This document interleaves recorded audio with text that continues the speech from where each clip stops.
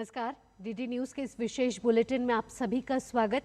मैं हूं आपके साथ भावना नैयर और मेरे साथ है मेरे सहयोगी शरद मुदगल, जो आप तक सांकेतिक भाषा में खबरें प्रस्तुत करेंगे। शुरुआत सुबह की सुर्खियों के साथ। भारत की बेटियों ने रचा इतिहास। 52 साल के इतिहास में पहली बार क्रिकेट विश्व कप का जीता खिताब। राष्ट्रपति, उपराष्ट्रपति और प्रधानमंत्री ने जीत पर दी बधाई।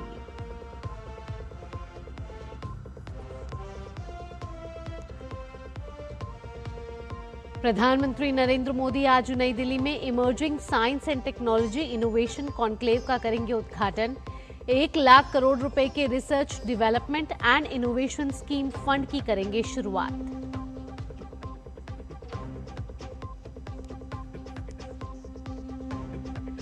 प्रधानमंत्री नरेंद्र मोदी की आज सहरसा और कटिहार में जनसभा।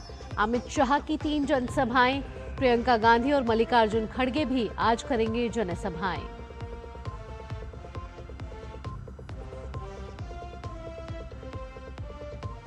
जोधपुर में बड़ा सड़क हादसा।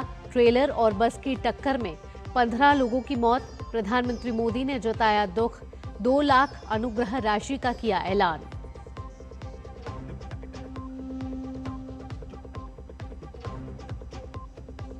अफगानिस्तान के हिंदुकुश क्षेत्र में जोरदार भूकंप के झटके। रिक्टर स्केल पर 6.3 मापी गई तीव्रता। ईरान से पाकिस्तान तक महसूस किए गए झटके। नुकसान की आशंका।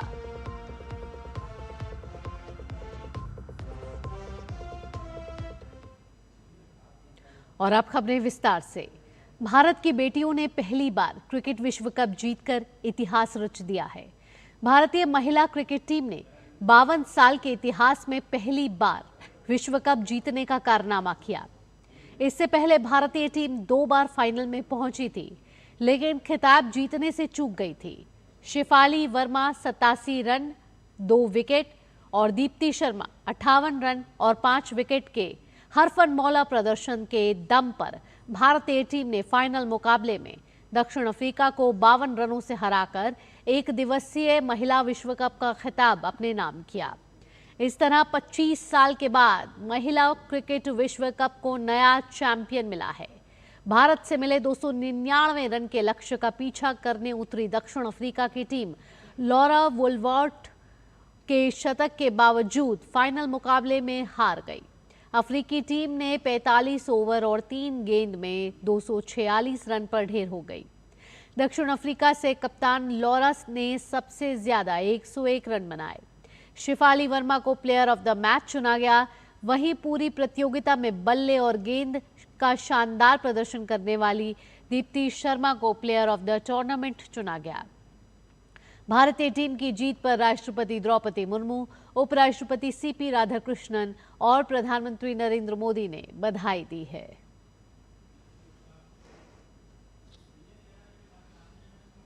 देश की बेटियों की जीत के बाद पूरे देश भर में जश्न का माहौल है।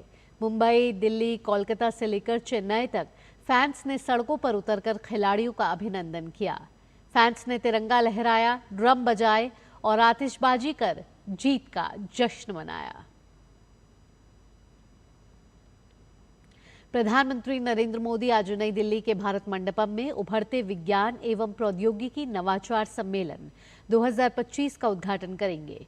इस अवसर पर प्रधानमंत्री मोदी 1 लाख करोड़ रुपए की अनुसंधान, विकास और नवाचार योजनाओं का भी शुभारंभ करेंगे।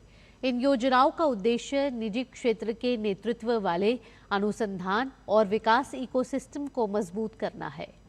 5 नवंबर तक चलने वाले इस सम्मेलन में शिक्षा जगत, उद्योग, अनुसंधान संस्थान और सरकार के 3000 से ज्यादा प्रतिभागी शामिल होंगे।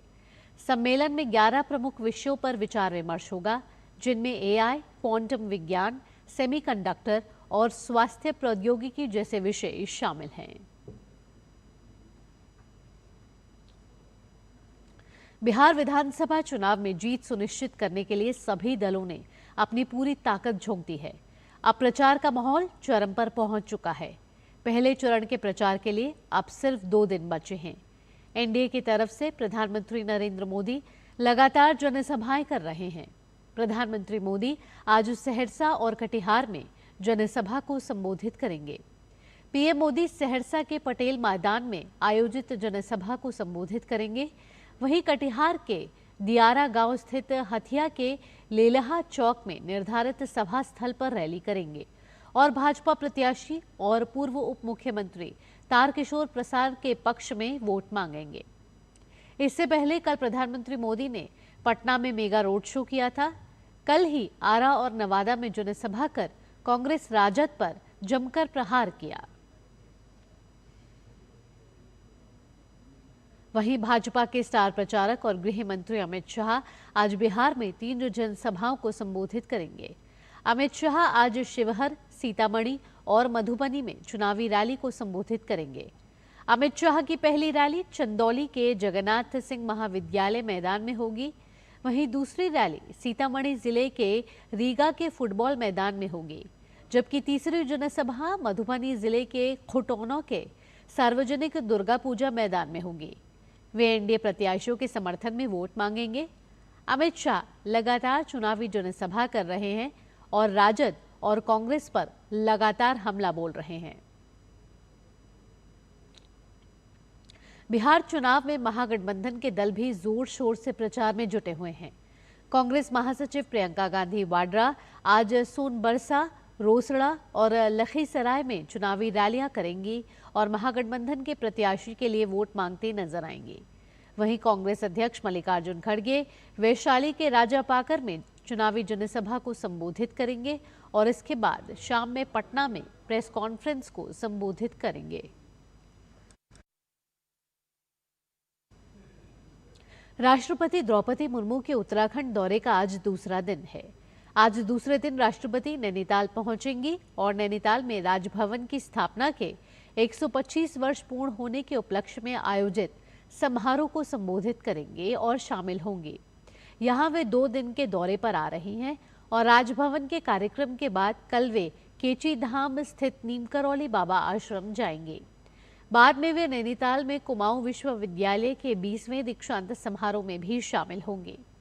कल राष्ट्रपति अपने दौरे के पहले दिन उत्तराखंड के दौरे पर थी।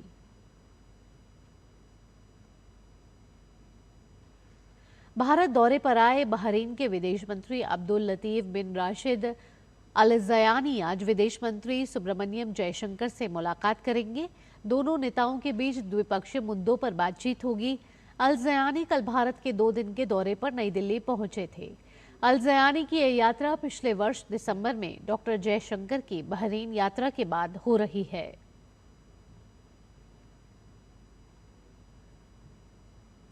राजस्थान के जोधपुर जिले के फलौदी में एक भीषण सड़क हादसे में 15 लोगों की मौत हो गई और कुछ लोग घायल हो गए।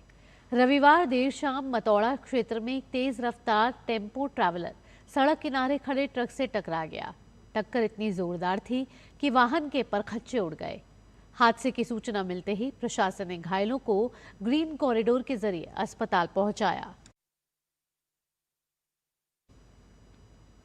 प्रधानमंत्री नरेंद्र मोदी ने जोधपुर घटना पर दुख जताया है और हादसे में घायलों के शीघ्र स्वस्थ होने की भी कामना की है। प्रधानमंत्री राष्ट्रीय राहत कोष से मुआवजे का भी ऐलान किया गया है। सोशल मीडिया प्लेटफॉर्म एक्स पर पीएमओ की ओर से जारी बयान में कहा गया है कि प्रत्येक मृतक के निकटतम परिजन को 2 लाख रुपए की अनुग्रह राशि दी जाएगी। इसके अलावा हादसे में घायल हुए सभी लोगों को 50,000 रुपए की आर्थिक सहायता प्रदान की जाएगी।